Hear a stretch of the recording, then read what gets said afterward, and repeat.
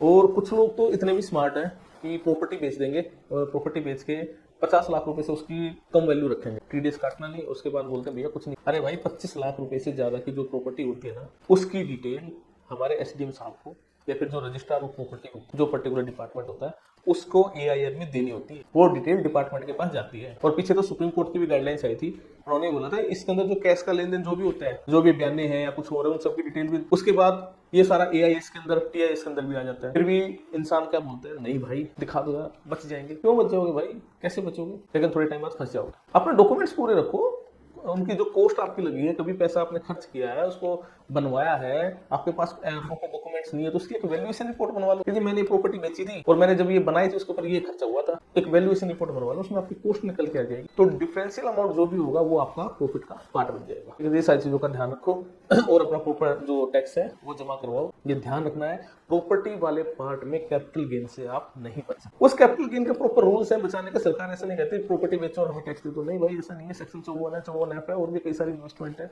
Agriculture land बेचो तब भी बहुत सारी चीजें, दूसरी एग्रीकल्चर लैंड खरीदो। अपने आप को ओवर स्मार्ट मत बनो, सब कुछ एआईएस के अंदर आने लगा। लेकिन फिर भी आदमी क्या करता है, आंख बंद कर लेता। भाई कबूतर के आंख बंद करने से बिल्ली नहीं भागी।